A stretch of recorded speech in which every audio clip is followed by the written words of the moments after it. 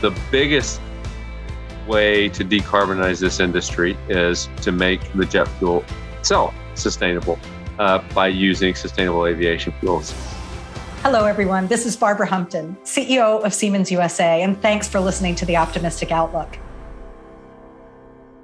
Today, we're going to hear from a guest I've been looking forward to having on the podcast, United Airlines CEO Scott Kirby. Late last year, our Siemens USA head of sustainability, Matt Helgeson, and I were with Scott and more than 100 other passengers aboard the first flight fueled by what's called Sustainable Aviation Fuel, or SAF. We flew from Chicago O'Hare to DC. Now, we're going to learn about SAF in this episode and about the EcoSkies Alliance pushing SAF forward. Siemens is a member of the Alliance, and EcoSkies is basically a group of companies aiming to create more demand for SAF. The idea here is that we will collectively benefit as we scale up this cleaner fuel source that offers much lower emissions. You've heard me say often that the pandemic has given us a moment of disruption to create the future we want, and we see that in our sustainability agenda. At Siemens in 2015, we were the first major industrial company to commit to carbon neutrality by 2030. We've since lowered our carbon emissions by 54%. And last year, Siemens upped our commitment. We're now striving to be net zero by 2030 and to achieve a carbon neutral total supply chain by 2050. Well, in 2018, United was the first U.S. airline to commit to reducing its greenhouse gas emissions 50% by 2050. And more recently, United has pledged to be completely green by 2050 and reduce greenhouse gas emissions by 100%. So as we get into SAF specifically, this is about even more than deploying a fuel source that helps us reduce emissions. This is an example of how companies are looking beyond their own footprints and how they can work together to pursue much deeper decarbonization. United is a partner of ours that helps move our products and helps our people reach customers. So this is an important step for us in our sustainability journey as we take on the monumental task of greening our supply chain, a network that includes more than 17,000 U.S. suppliers nationwide. Take a listen. Scott, thanks so much for joining the podcast. Thanks for having me, Barbara. It's great to be here. It is great to see you again. In fact, in an earlier episode, I had referenced conversations we had at the UN Climate Change Conference, COP26 last year. And part of what led us to our conversation today is what we experienced back in December, when I had the opportunity to join you on the groundbreaking United flight using SAF. So let's start there. What did that flight represent to you in terms of the progress being made to ramp up the use of SAF? Yeah, it was the first step with a long journey to go, but proof of what is possible. You know, aviation is an industry that is one of those really hard to decarbonize industry because of the amount of energy required to fly an airplane. It's never going to be big airplanes flying with electric power, at least anything that's even on the theoretical drawing board. And so for as far as the eye can see, at least for long haul flights, our aircraft are going to be powered by jet fuel. And so the biggest way to decarbonize this industry is to make the jet fuel itself sustainable by using sustainable aviation fuels. That was the first flight in history with passengers on board that was powered with 100% jet fuel or 100% sustainable aviation fuel in one of the engines. What I'd love to do is get into a little bit more detail on SAF and make sure that our listeners understand it. What exactly is sustainable aviation fuel? So sustainable aviation fuel is made from a product so that the net is zero. And United, for what it's worth, our commitment to sustainable aviation fuel is more than double all the rest of the world's airlines combined. And we've been investing in startup companies to create and build this industry. We've got to build the industry. So one of them uses landfills. So it takes the product before it goes into landfills, takes the trash before it goes into landfill, sorts the carbon out, and it can create a couple of gallons of jet fuel out of each ton of trash. That's sustainable. That's not only good for us, it's also doesn't ultimately become methane that leaks out, and is an even more potent greenhouse gas. We've got another one that is using used cooking oils in California to instead of throwing that into trash, turning that into sustainable aviation fuel. The most exciting one, perhaps, is a company called Semtiva, which is using power to liquids. And this is still at the experimental stage, but the technology works, where we can literally use some kind of renewable energy, whether it's wind or solar, and you can literally take carbon directly out of the atmosphere, turning thin air into jet fuel, carbon with water, energy from renewable energy, and create jet fuel. So pretty exciting ways to create jet fuel without using hydrocarbons pulled out of the ground. It's stunning and really inspiring. But before we go on and geek out a little bit more on sustainable aviation fuel, I want to share something with the audience about, frankly, your background and a tidbit from the flight itself. You had a test pilot on board that day. Yeah. And that test pilot was a fellow U.S. Air Force Academy grad. Tell us about that. Well, he was actually a classmate of mine at the Air Force Academy. It was really cool to get on with one of our test pilots. And started the conversation with reminiscing about our days going through basic training together 37 years ago. Well, and to think that, I would say lab partners in chemistry class, we were now running one of the biggest lab experiences. We were lab partners in chemistry. We went different directions after that. But I had forgotten that, and he reminded me of it. But we had been lab partners in chemistry, and great times. Yeah. So, all right. So, from the chemistry lab bench now to the skies, how important is this SAF as far as achieving your overall vision for decarbonization? Well, this is about 50% of our goal to get to 100% green. And when we say we're going to get to 100% green, that is different than the net zero commitments you hear from other airlines, or frankly from almost any other corporation, because we're going to do it without using traditional carbon offsets. So think of that as we're going to do it without planting trees and counting that as a credit. And I'm happy to talk about why. What we're doing, I think, is by far the more appropriate way for everyone to do it. Yeah, and really the key point here is getting to scale with that. And we'll come back to that. There's something I wanted to share with you today and get your reaction to it. Early in the pandemic, when things were shut down, I recall reading about at least one positive trend happening at the time. We couldn't drive as much. It was hard to travel. Air quality was improving. And, it struck me when this parallel trend was actually shaping the future of sustainability. It showed us that we're going to have to find ways to avoid an either or choice, economic strength or sustainability. We have to be able to achieve both.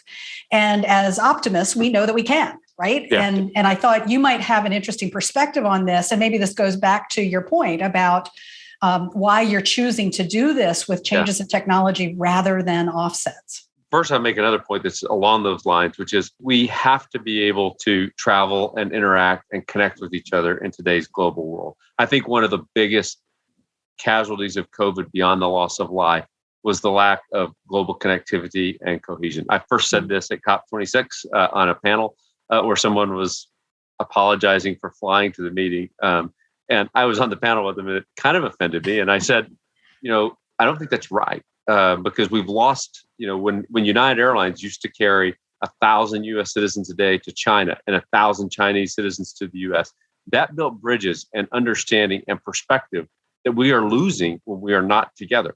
And I even there said, and we used to carry several hundred passengers a day from the United States to Russia and from Russian citizens to the United States. And that built bridges that are lost. And the world has become a more dangerous place, a less connected place, a less understanding place when we are not together and not connected. I didn't realize how prophetic those words would be, but I think that has something to do with it. When Vladimir Putin is isolated and sitting alone at the end of a room and no one is seeing him, you wind up not getting perspective. And that happens to all of us. And so we have to, we're a social species. We've got to be able to connect with each other.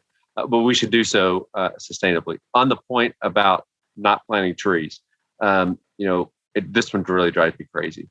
Almost every company, writes a check, thinks of it as a marketing effort, writes a check to some fund who says we'll plant trees or we won't cut down trees.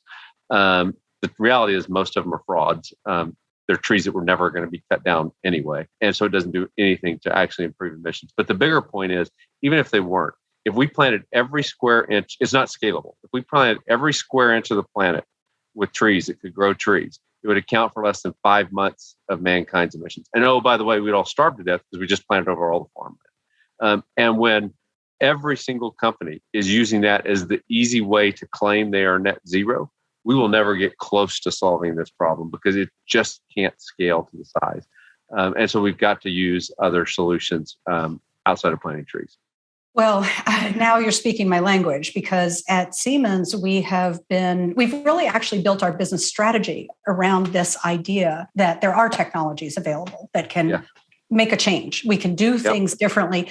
Not only that, but when we make this change, we can be more connected. We can build a more equitable society. Yeah. We can actually use technology to shape our future.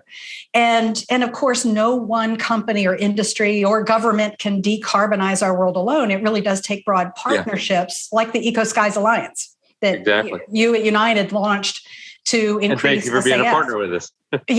Thrilled to be part of this. So, my question to you is, give us some ideas about how technology companies, the aviation industry, and government can work together more effectively with the goal of moving faster. Yeah, well, you're absolutely right. This is a solvable problem, but no one can solve it in isolation. I think actually the starting point really is government policy. The government has got to create the right policy incentives for this to happen. I mean, we already see it happening right now. It's been disappointing with what's happening in Ukraine. A desire to lower the price of fuel. Like all the work we've done as a society, to try to decarbonize and reduce the use of gasoline. And when prices start to go up, we go the other direction. And we've got to have the political will, to solve the problem. We've also got to acknowledge it's not going to happen overnight. We're not going to stop driving internal combustion engines. We're not going to stop flying tomorrow. We're not going to stop using concrete. We're not going to stop growing food. But the technology can play a huge role in starting to move every one of those industries off of of emitting carbon and start to lower the number and eventually get to zero. And particularly if you use carbon sequestration, you can ultimately get the total net carbon around the world to zero. But it's got to start with the political will. If I was king for a day and could do one thing for climate change, I'd put a price on carbon. Because if we put a price on carbon, it's so simple. It's so straightforward. You then have the business. You'll solve it. We'll solve it. You'll create solutions that we'll buy. And that will happen everywhere in the economy. The economy will solve it on its own if you just put the right price. And the truth is, it creates a cost to society. And it's beyond me. Well, I understand political, but it would be so rational if we could just put a price on carbon. And by the way, I say that as someone whose business would be hurt in the short term. In the long term, I think we'd be better off by doing the right thing. But in the short term, it would hurt us. But I'm still an advocate for putting a price on carbon. So, Scott, what you're really saying is that there's an existential threat we're dealing with, and all of this is vitally important. Share your thoughts. Yeah, this absolutely is an existential threat. It's the biggest issue facing our generation. I have 7 kids, hope to someday have a lot of grandchildren. I won't be able to look them in the eye if I haven't done my part to make a difference on this. And I'm an admitted science geek. I've been interested in the science of climate change all the way back to the 80s, before people used the term climate change, or before people, even scientists, knew it was real. It was just a theory.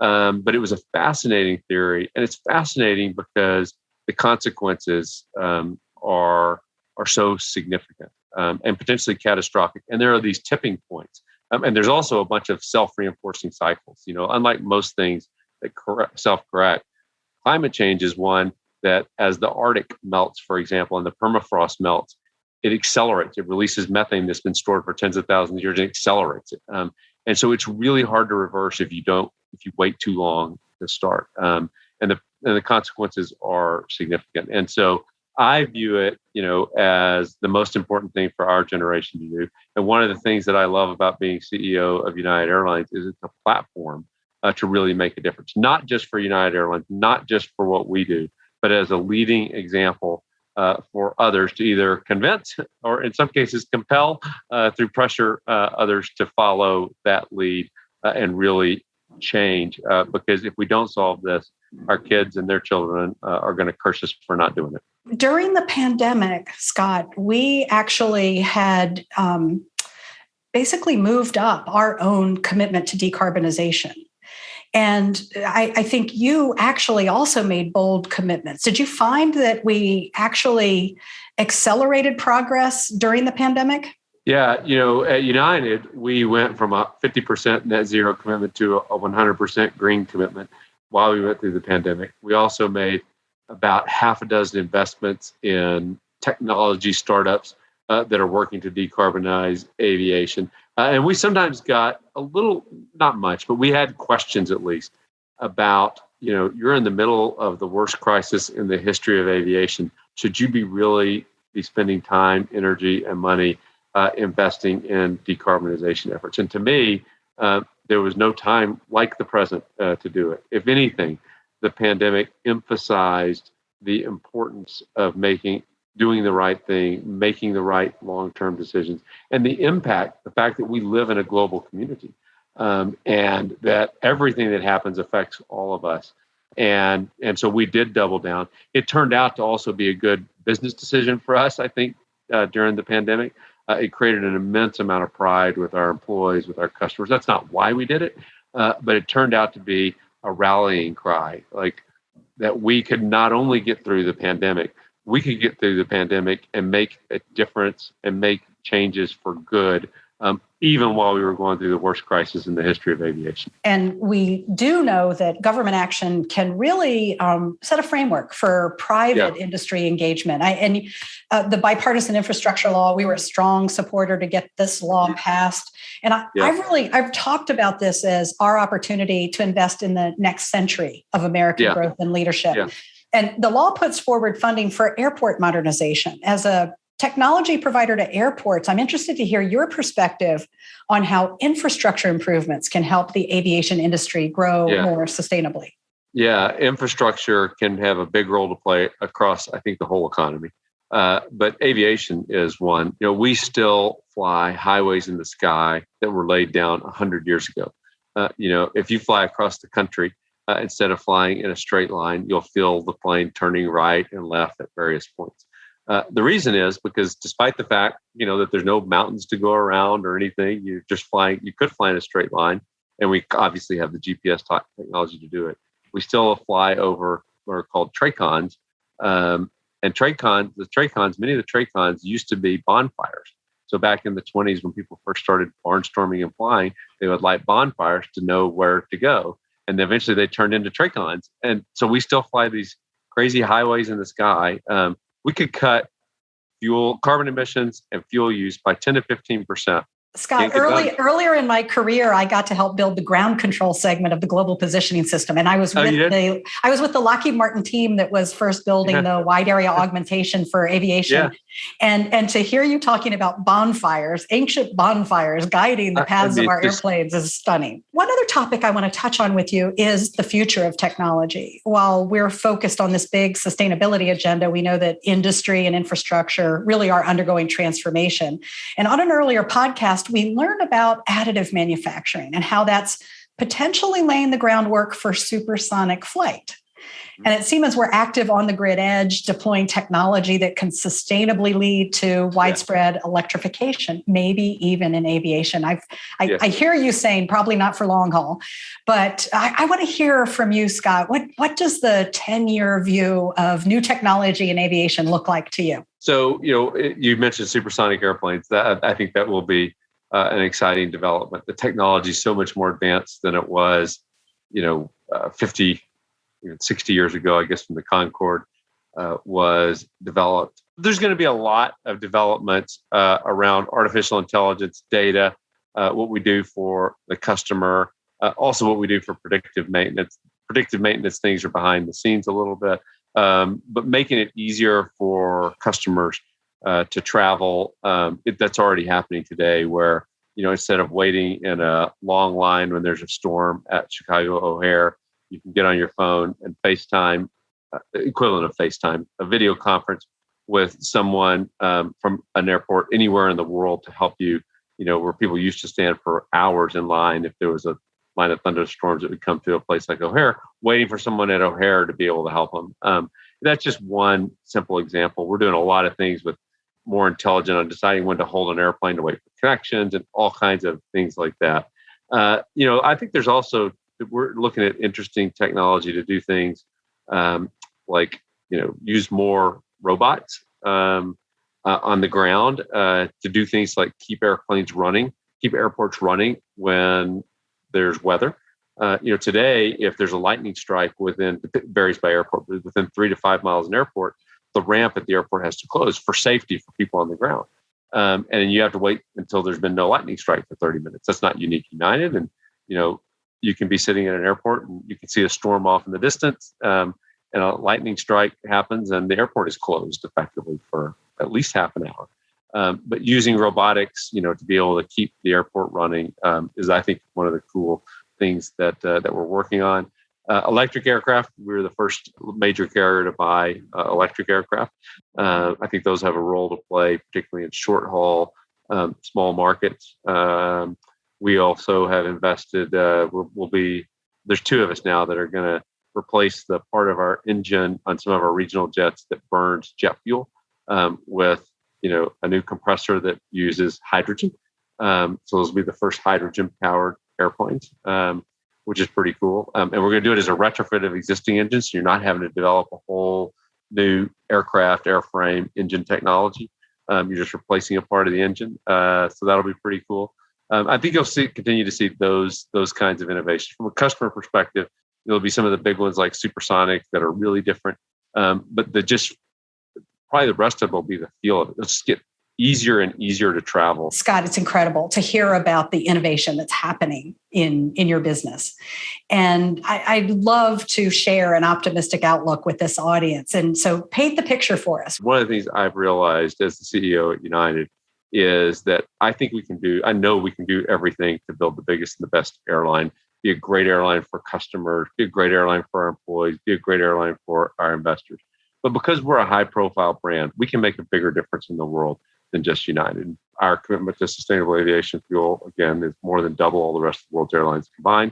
A record I hope that doesn't stand very long because I hope they all catch up. And I've talked to CEOs from around the world who are interested in doing it. But we're leading the way and help breaking that ground for them. And then the other one is, which we haven't talked about on this call, but diversity, equity, and inclusion. There's far too much talk, not nearly enough action in both politics and corporate America. We're taking real action at United. And our Aviate Academy, I think, is the example A, where we're beginning only U.S. airline to own a training academy where we can train pilots from the ground up, people who've never even had a chance to fly. So we can give them better training, give them better, from the ground up than they would have gotten through traditional flight school. But we can also, have diversity there. Or today, less than 20% of the pilots in the country are either women or people of color. At our Aviate Academy, 80% are women or people of color. And so those are examples that we can make a difference in the world, not just be a great airline, but be a leading citizen of the world to make a real difference. Well, Scott, we at Siemens are counting on you. You move our people and our materials. We rely on you every single day. And I can't thank you enough for everything you're doing. And thank you for your business and thank you for your partnership because you've supported us in things like the Eco Skies Alliance. And our partnership goes beyond a business relationship to a partnership of shared values and goals for the future. What a pleasure to talk to you today. Thank you. Thank you, Barbara.